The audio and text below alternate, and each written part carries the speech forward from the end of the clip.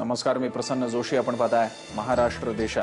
बुलेटिनच्या सुरुवातीला नागपूरकरांसाठी आनंदाची बातमी आहे. येत्या 21 ऑगस्टला पंतप्रधान नरेंद्र मोदींच्या हस्ते नागपूर मेट्रोचं भूमिपूजन होणार आहे. नरेंद्र मोदी 2 दिवसाच्या विदर्भ दौऱ्यावर येत आहेत. त्यानिमित्तानं मेट्रोच्या कामाचा शुभारंभ होणार आहे. महाराष्ट्रात मुंबईमध्ये नुकतीच मेट्रो सुरू झाली आहे. त्यानंतर नागपूर, पुणे या शहरांमध्ये प्रस्तावित मेट्रो प्रकल्प आहेत. याविषयी आपल्याला अधिक माहिती देत आहेत सरिता कौशिक. सरिता, नागपूरमध्ये सुरू होणारे मेट्रो भूमिपूजन मोदींच्या हस्ते, काय माहिती आहे? अगदी बरोबर. ही माहिती आत्ताच हाती आलेली आहे की नरेंद्र मोदी हे स्वतः नागपूरला येणारे, मेट्रोचं भूमिपूजन करणारे. त्याचबरोबर अनेक इतर काही प्रोजेक्ट आहेत जे रस्त्याचे आहेत, हायवेचे आहेत, त्याचबरोबर काही उड्डाण पुलाचे आहेत. आणि नुसतं नागपूरमध्येच नाही तर वर्धे जिल्ह्यात सुद्धा अशा प्रकारची भूमिपूजन होणार आहेत. त्यामुळे ही बातमी खरंच नागपूरकरांसाठी अतिशय महत्वाची आहे. विकासाच्या आणि इन्फ्रास्ट्रक्चरच्या दृष्टीने सुद्धा अत्यंत महत्वाची आहे. त्याचबरोबर या खात्याचे जे मंत्री आहेत नितीन गडकरी यांनी रस्त्यांना घेऊन, उड्डाणपुलांना घेऊन काही अँबिशियस प्रोजेक्ट टाकलेले आहे, ज्यासाठी काही डेडलाईन त्यांना नरेंद्र मोदी यांनी सुद्धा दिलेली आहे. त्यामुळे त्याच्या बरोबर हे खरं तर होत आहेत हे जे वेगवेगळे प्रोजेक्ट्स आहेत. सरिता, मुंबईच्या पाठोपाठ नागपूरमध्ये मेट्रो रेल्वे प्रकल्प आता सुरू होणारे भूमिपूजन होत आहे. पण या निमित्तानं नेमकं कशा प्रकारे हा प्रोजेक्ट असणार आहे? ह्याच्यामध्ये कोणती, जसं इकडे रिलायन्स मेट्रो अशा प्रकारे हा प्रकल्प झाला पीपीटी मध्ये, तसा तिथे कशा प्रकारे हा पब्लिक प्रायव्हेट पार्टनरशिप असणार आहे?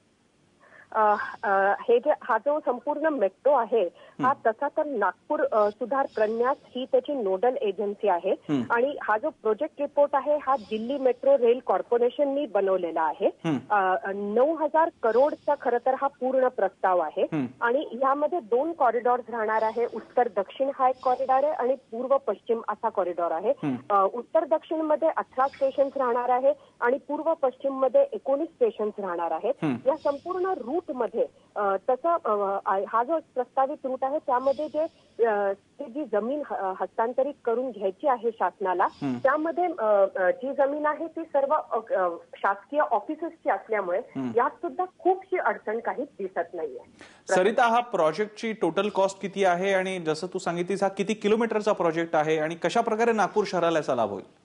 हा खरं तर 9,000 कोटीचा हा प्रोजेक्ट असल्याचं कळतं आहे, टोटल जो आहे तो.